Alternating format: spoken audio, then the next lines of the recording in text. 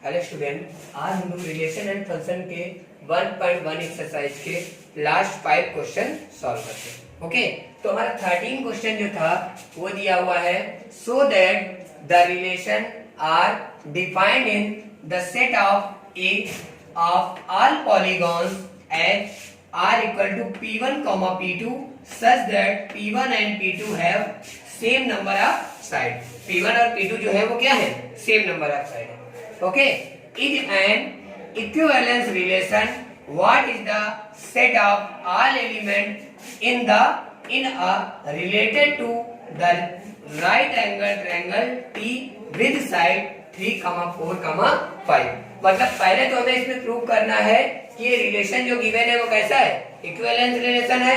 और दूसरे में हमें ये दिखाना है set of all element of A, मतलब इस सेट के जो सारे एलिमेंट ए के हैं वो राइट एंगल ट्रायंगल की साइड क्या है, 3, 4 एंड 5। ओके, तो सॉल्यूशन में सबसे पहले हमें क्या गिवन है, मैंने लिखा ए इक्वल टू ऑल पॉलीगॉन्स। ए में क्या है, हमारे पास सारे क्या है, पॉलीगॉन्स है। जहां पर ए सेट जो है उसमें सारी पॉलीगॉन है और आर इक्वल जो दिया है वो P1, P2। P1 और P2 जो है वो same number of side, P1 एक ट्रायंगल है, P2 एक ट्रायंगल है, उसमें सेम नंबर ऑफ साइड है।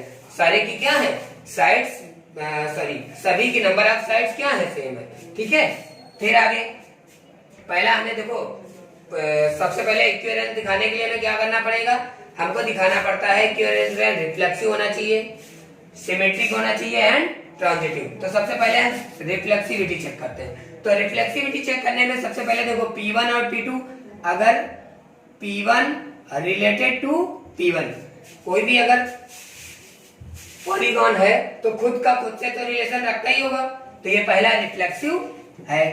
ठीक है, P1 रिलेटेड टू P1। अब सेकंड में हम चेक करते हैं सिमेट्रिक। सिमेट्रिक का मतलब अगर A का रिलेशन B से है तो B का रिलेशन A से भी होना चाहिए। इसका मतलब क्या हुआ, P1 related to P2 which imply P2 related to P1। इसका मतलब देखो P1 कोई एक पॉलीगॉन है वो P2 से रिलेशन रख रहा है, P1 जो है वो P2 से रिलेशन रख रहा है, तो वो क्या होगा, P2 जो है वो P1 से भी रिलेशन रख रहा होगा। ओके, तो ये हमारा सिमेट्रिक भी है। ओके, अब हम बात करते हैं ट्रांजिटिव की। ट्रांजिटिव का मतलब यहां पर एक हमारा P1 related to P2 and P1 relation रख रहा है P2 से, P1 और P2 का एक रिलेशन उसमें है and P2 related to P3, P1 P2 से रिलेटेड है और P2 P3 से रिलेटेड है, विच इम्प्लाई जब P1 P2 से है, P2 P3 से है, तो इसका मतलब क्या हो जाएगा, P1 related to P3, P1 P3 से भी रिलेशन रख रहा होगा। इसका मतलब ये रिलेशन क्या हो गया, ट्रांजिटिव भी है, मतलब ये रिफ्लेक्सिव भी है, सिमेट्रिक भी है और ट्रांजिटिव भी है। Hence the given relation, the relation is equivalence relation. इसका मतलब ये रिलेशन क्या है, इक्विवेलेंस रिलेशन है। ठीक है, अब हम बात करते हैं क्वेश्चन नंबर 14 की। तो क्वेश्चन नंबर 14 में क्या है, let L be the set of all lines in XY plane.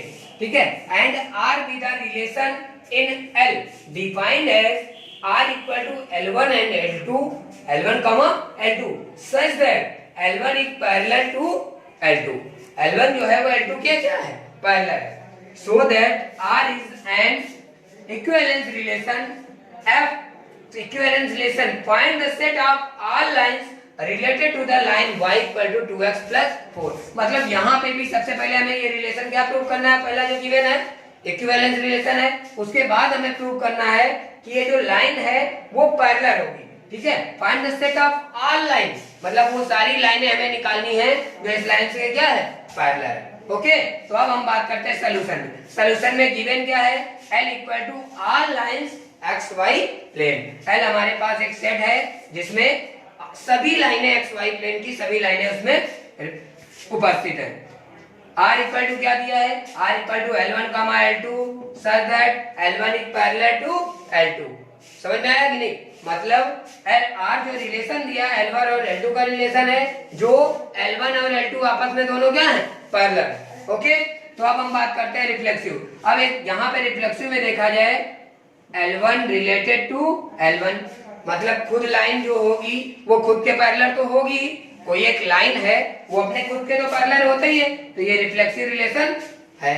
Okay, reflexive relation हो गया। अब इसके बाद सिमेट्री के लिए L1 related to L2 which imply, अगर कोई लाइन L1 जो है वो L2 से क्या है, पैरेलल है, L1 और L2 पैरेलल है, तो यहाँ पे L2 भी क्या होगी, पैरेलल होगी L1 के, होगी या नहीं? L1 अगर L2 के पैरेलल है तो L2 L1 के भी पैरेलल होगी। अब transitive L1 parallel to L2, L1 related to L2 and L2 related to L3 which implies L1 related to L3, मतलब L1 अगर L2 के पैरेलल है, L2 L3 के पैरेलल है, इसका मतलब क्या है, L1 भी L3 के पैरेलल होगी, इसका मतलब ये ट्रांजिटिव रिलेशन भी हो गया। कैसा रिलेशन हो गया, ट्रांजिटिव रिलेशन। इसके बाद यहाँ पे ट्रांजिटिव रिलेशन तो हो गया, ठीक है। अब हम बात करते हैं, अब इस क्वेश्चन में इसकी बात किया हमने, दूसरा क्या बोला है कि hence the given relation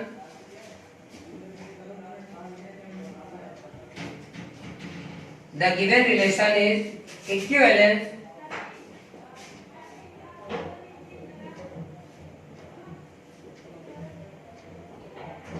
relation and the given relation is equivalent. इसका मतलब ये रिलेशन कैसा हो गया, इक्विवेलेंट। अब इसके बाद क्या बोला था, find the set of all lines related to the lines y equal to 2x plus 4। तो देखो y equal to 2x plus 4 है, मतलब ये जनरल का क्या है हमारा, y equal to mx plus c, y equal to mx plus c, जहां पर m की वैल्यू 2 है और c यहाँ पे क्या है 4। तो ऐसी कई लाइन से हो जाएगी, देखो शो करके दिखा रहे हैं, y equal to mx plus c, मान लो ये एक लाइन गई y equal to mx plus c, ठीक है। अब इसके पैरेलल कई लाइनें जो हो जाएंगी, जाएंगी कि नहीं, ये कई लाइनें जा रही। अगर हम c की वैल्यू डिफरेंट करते जाएंगे, c की वैल्यू डिफरेंट करते जाएंगे, तो वो क्या हो जाएगी, वो हमारा सारा, मतलब वो सारी लाइंस इसके पैरेलल मिल जाएंगे। तो सेट ऑफ ऑल लाइंस, वो हमारी सेट ऑफ ऑल लाइंस में क्या हो जाएंगी, पैरेलल हो जाएंगी। यहाँ पर सारी लाइंस हमें क्या मिलेंगी, मतलब यहाँ पर जितनी लाइनें मिलेंगी सारी क्या मिलेंगी, पैरेलल। ये सारी लाइनें जो जा रही हैं क्या है, पैरेलल। अभी 13 क्वेश्चन का सेकंड पार्ट हम भूल गए थे, वो देखो सेकंड पार्ट में क्या दिया है, what is the set of all element in a related to right angle triangle T with side 3, 4 and 5। मतलब हमें बताना है व्हाट इज द सेट, वो वाला सेट निकालना है ऑफ ऑल एलिमेंट, सभी एलिमेंट से, in A related to the right angle triangle 3, 4 and 5। मतलब यहाँ पर ये जो राइट एंगल ट्रायंगल है सेट ऑफ, और ये जो हमारा ट्रायंगल ये रिलेटेड होगा, अच्छा उसमें कैसे है, सारे सेट है, सारे पॉलीगॉन है, तो सारे पॉलीगॉन है, इसका मतलब सारे ट्रायंगल होंगे।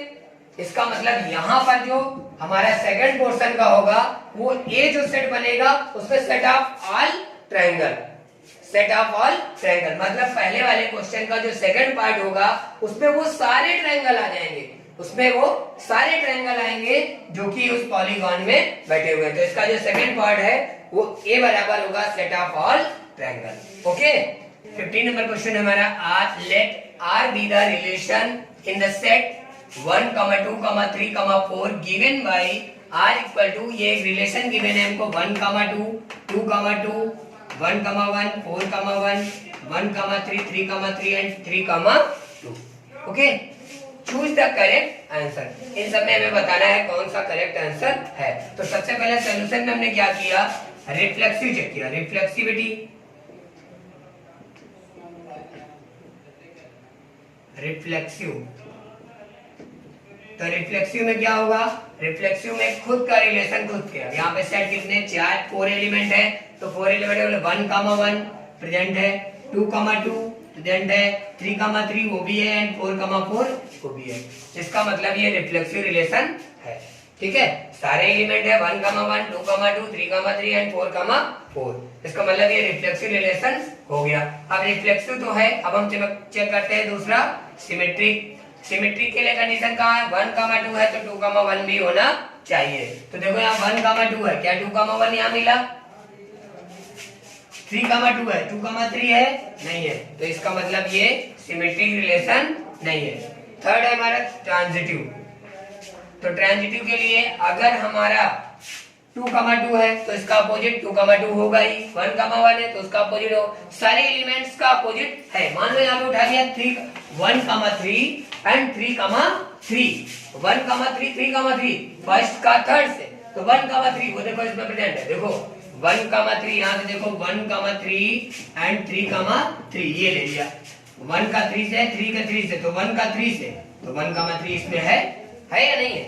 अब मान लो ये एलिमेंट ले लो 3,3 एंड 3,2, 3,3, 3,2, तो इसका मतलब सेकंड का फर्स्ट से बाय 1 का 2, पहले देखो 1 का 3 का 3 से है, 3 का 3 से, फिर 3 का 2 से है, तो इसका मतलब पहले का तीसरे से 3,2 इसमें है या नहीं है ना भाई? पहले का तीसरे से होता है या नहीं रिलेशन? तो ये सिमेट्रिक। अगर एक चीज और चेक करो यहाँ पे, ये उठा लो 1,1 उठाया और 1,1 और 1,3, तो इसका मतलब थर्ड क्या मिलेगा, 1,1 और 1,3, तो 1,3 वो उसमें प्रेजेंट है, मिल रहा है ना सर? मान लो क्या उठा लो 2,2 और 2,2 ये नहीं 3,2 लिया, 3,2 और 2,2, तो इसका मतलब ये क्या मिल जाएगा 3,2 वो उसमें प्रेजेंट है या नहीं? इसका मतलब ये ट्रांजिटिव रिलेशन है। अब ध्यान से देखो, रिफ्लेक्सिव है, ट्रांजिटिव है, लेकिन सिमेट्रिक नहीं है। अब इसका आंसर देखो, R is reflexive, R is transitive but not symmetric. R is reflexive, R is transitive but not symmetric. Reflexive है, ट्रांजिटिव है, लेकिन ये सिमेट्रिक नहीं है, मतलब इसका सेकंड ऑप्शन क्या है, सही है। ओके, इसका सेकंड ऑप्शन हमारा सही है। अब यहाँ पे 16 क्वेश्चन है, late R be the relation in the set N given by R equal to A comma B and such that A equal to B minus 2 and B greater than 6, choose the correct answer। इन सब में हमें correct answer choose करना है। सबसे पहले यहाँ पे देखो A इक्वल टू क्या दिया है, B minus 2, that is B equal to क्या होगा, A plus 2। मेन समझे, मतलब A की जहां पर जो B की वैल्यू मिलेगी A से 2 क्या होगी, ग्रेटर होगी, A से 2 क्या होगी, ग्रेटर होगी, लेकिन कंडीशन यहाँ भी है कि B की वैल्यू 6 से क्या है, ग्रेटर होनी चाहिए। इन सब में देखो ये तो हो ही नहीं सकता, B की वैल्यू 6 से छोटी है तो ये तो नहीं होगा, कोई प्रॉब्लम तो नहीं है। इसके बाद 3,8, हाँ बड़ा है, लेकिन बड़ा है क्या, B A से 2 ही बड़ा है, नहीं B A से बहुत बड़ा है, देखो 5 बड़ा है, जबकि 2 बड़ा होना चाहिए। अब 6,8 ये रिलेशन में हो जाएगा, मतलब ये इसमें है, कैसे देखो B जो है 6 से बड़ा है, दिख रहा है 6 से ग्रेटर है, फिर A से मतलब B जो है A से 2 ज्यादा भी है, देखो 2 ज्यादा है कि नहीं, इसका मतलब ये कौन सा रिलेशन हो जाएगा, ये 6,8 रिलेशन हो गए। आज हमारी एक्सरसाइज 1.1 कंप्लीट हुई। ओके, तो नेक्स्ट टर्न में हम इक्विवेलेंट रिलेशन मतलब 1.2 एक्सरसाइज के क्वेश्चन लगाएंगे। ओके।